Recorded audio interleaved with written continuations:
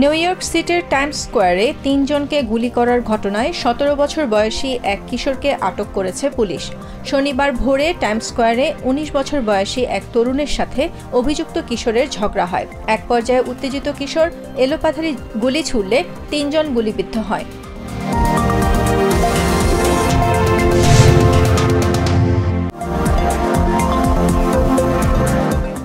সীমান্তে গত ৩ মাস অবৈধ অনুপ্রবেশ ঘটেনি বলে দাবি করেছেন হোমল্যান্ড সেক্রেটারি ক্রিস্টি নোম। শুক্রবার শিকাগোয়ে এক সংবাদ সম্মেলনে এটিকে সীমান্ত সুরক্ষায় ট্রাম্প প্রশাসনের অভাবনীয় অর্জন বলে উল্লেখ করেন তিনি। এদিকে আইসে আরও ১০,০০০ নতুন সদস্য নিয়োগের প্রস্তুতি চলছে বলে জানান তিনি।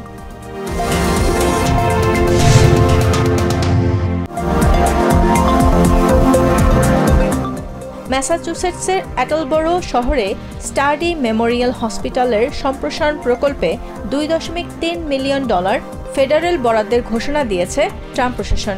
এই তহবিলকে স্বাগত জানিয়েছেন ডেমোক্রেটিক সেনেটর এড মার্কি। শুক্রবার এক সংবাদ সম্মেলনে তিনি বলেন, প্রকল্প বাস্তবায়ন হলে রোগীদের দুর্ভোগ কমবে।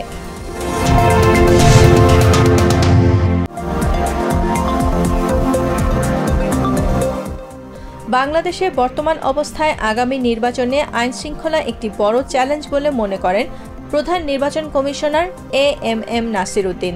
শনিবার রংপুরে আঞ্চলিক নির্বাচন কার্যালয়ে বিভাগীয় কর্মকর্তাদের সঙ্গে এক মতবিনিময় সভায় সিইসি বলেন, নির্বাচন ব্যবস্থার ওপর মানুষের আস্থা নষ্ট হয়ে গেছে।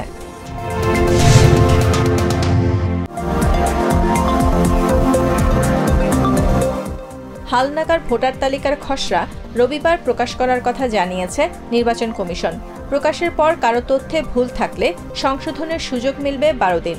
ইসির জাতীয় পরিচয় নিবন্ধন অনুবিভাগের কর্মকর্তারা এই তথ্য নিশ্চিত করেছেন। এবারের হালনাগাদে ৪.৪ মিলিয়ন নতুন ভোটার যুক্ত হয়েছে।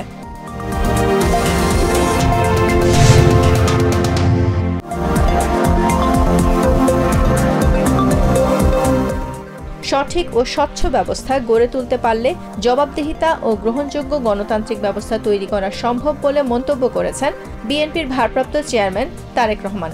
শনিবার গণতন্ত্রের ভিতকে শক্তিশালী করার আহ্বান জানিয়ে তিনি বলেন, গণ অভ্যুত্থানের পর বিএনপির কাছে মানুষ ভালো পরিবর্তন প্রত্যাশা করে।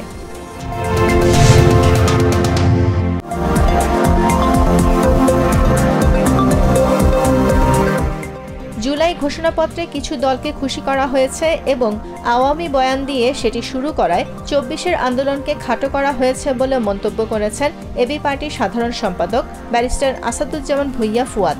শনিবার রাজধানীর বিজয়নগরে দলীয় কার্যালয়ে এক সংবাদ সম্মেলনে একথা বলেন তিনি।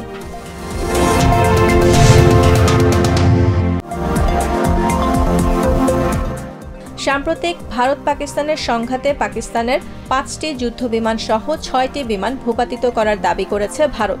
দেশটির বিমান বাহিনীর প্রধান মার্শাল এপি সিং শনিবার কর্ণাটকের রাজধানী বেঙ্গালুরুতে এক অনুষ্ঠানে জানান, ভারতীয় বাহিনী পাকিস্তানি ৫টি যুদ্ধবিমান এবং একটি ইলেকট্রনিক ইন্টেলিজেন্স বিমান ভূপাতিত করেছে।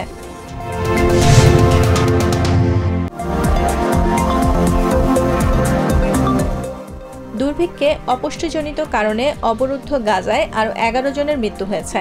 শনিবার গাজার হাসপাতাল সূত্র জানিয়েছে, গত ২৪ ঘণ্টায় এসব মৃত্যুর খবর রেকর্ড করা হয়েছে।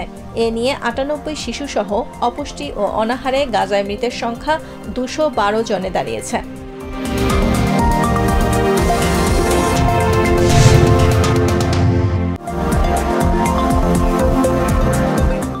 বড় পরাজয়ের মধ্য দিয়ে নিউজিল্যান্ডের কাছে লজ্জাজনক হোয়াইট ওয়াশের শিকার হল স্বাগতিক জিম্বাবুয়ে। নিজেদের ঘরের মাঠ বুলাওয়েতে সফরকারী নিউজিল্যান্ডের কাছে বিব্রতকর রেকর্ড ইনিংস ও ৩৫৯ রানের ব্যবধানে হেরেছে স্বাগতিকরা, যা টেস্ট ইতিহাসে তাদের সবচেয়ে বড় পরাজয়।